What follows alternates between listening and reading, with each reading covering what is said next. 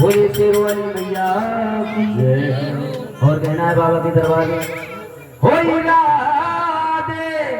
इरादे सैकड़ों बनते हैं, बन बन के टूट जाते हैं, और जिन्हें बालाजी बुलाते हैं हाँ वही दरबार आते हैं।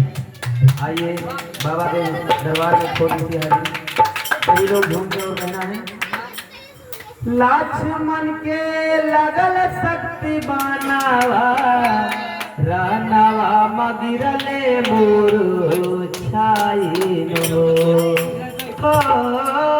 लक्ष्मण के लगल शक्ति बनावा, रानावा मगिरले मोर छाइनो।